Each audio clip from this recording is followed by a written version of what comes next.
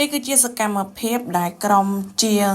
ដែលយើងខ្ញុំបានទៅដំឡើងនៅដំបូលសង្កសីមួយកន្លែង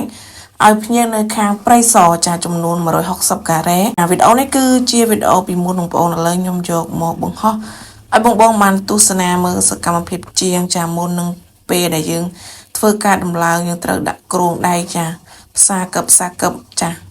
ហើយតម្រាំបានចេញជាលទ្ធផលចាបងប្អូនអាចទស្សនាបន្ត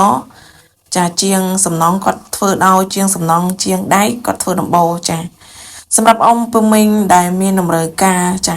ចង់ដំឡើងជាដំបូលផ្ទះដំបូលសង្កសីសំយ៉ាបឃ្លាំងតូចធំចាបងប្អូនអាចតំណាក់តំណងមកខាងក្រុមជាងយើងខ្ញុំបានទទួលដំឡើងកាត់ជន់ដោយទំនុកចិត្តនិងគុណភាពចាបងប្អូនអាចតាក់ទងតាម page ឬតាម Telegram ជាងបន្តចាអរគុណសម្រាប់ការ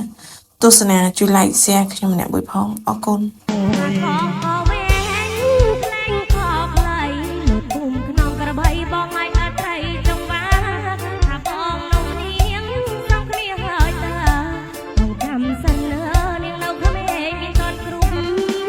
នៅយូរផ្លេះនេះវាខូចពេលនេះចាស់ហើយមិនយោទេនឹងយោអាយុ6តំណប់បើនាងមិនឈប់កុំបែកខាច់អិន